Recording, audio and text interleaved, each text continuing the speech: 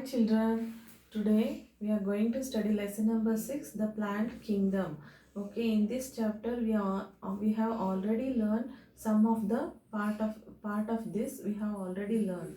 Okay, today we are going to study that is propagative roots and aerial roots. Some of the plants that have the buds with the roots these birds grow into new plants that we call it as propagative roots. Example for this is cherry and the strawberry. These are propagative roots. Okay, trees like banyan have aerial roots. As they come down to the ground from the branches, they are present in the trees with a thick and heavy branches to give them support. They also fix themselves to the soil and take the moisture from the air. This we call it as aerial roots.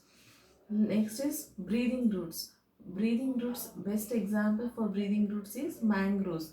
Mangroves also it grows in the marshy areas. Okay, marshy areas where the waterlogged areas will be there. There the mangrove trees are grown and their roots also grow above the soil that we call it as breathing roots. They also take the air for survival from above the water surface. Next, we are going to study the flowers. Flowers, you all have seen the flowers which are growing from the plants. Okay, so the buds growing on the stems, they also grow into flowers. They are also of various shapes, colors, and sizes. All flowers have different fragrance which attract towards them. Flowers also grow into fruit which have seeds. New plants they grow from these seeds and flower is the reproductive part of the plant. Some plants do not bear the flowers. They reproduce through pores. Okay, powder like substance it will be there that we call it as spores or hard structure we call it as cones. Example for that is ferns reproduce with the help of spores and pine through cones. Next is flowering seasons. Different flowers they bloom in different seasons.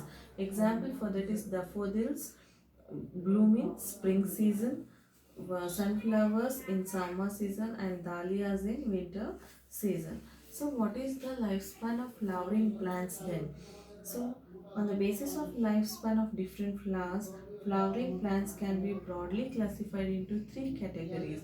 One is annuals, biennials and perennials.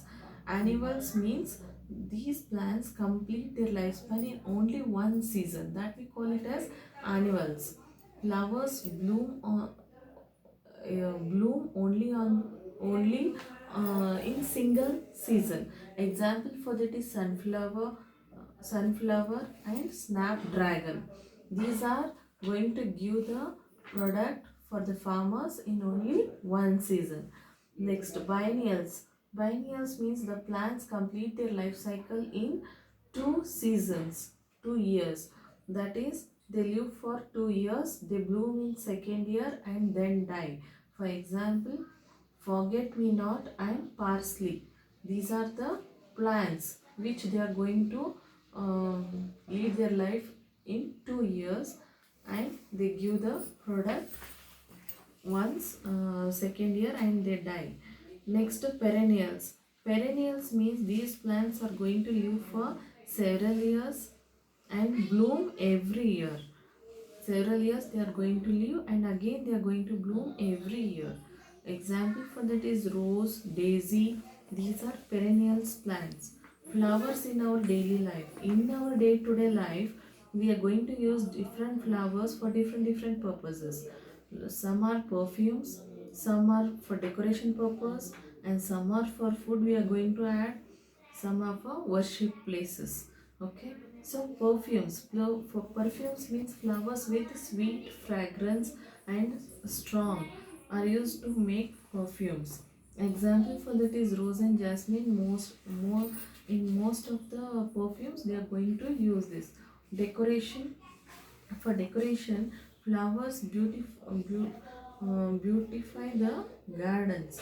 They are also used for decorating on special occasions like wedding, And birthday parties, rangoli patterns are also made with colorful petals of flowers. Women wear flowers on the hair. When the women wear the flowers on the hair, the women will look, because of these flowers, the women will look very nicely. Food, flowers like cauliflower and broccoli are eaten as food. Clove, a spice in is a dried bud. So these are the flowers which they are going to add for the food. Next, flowers are also used to decorate in the temples and other places to worship the god. And the flowers, with the help of the flowers, we can also extract the oil. Okay, and we can, with the help of flowers, we are going to greet greeting we can prepare greetings for our friends and relatives on some special occasions. So we can also find floral patterns on cloths. They are also used for making natural dyes. We can buy flowers from a florist who sells the flowers. We call them as florist. Okay, so these are all about the plants. Thank you, children.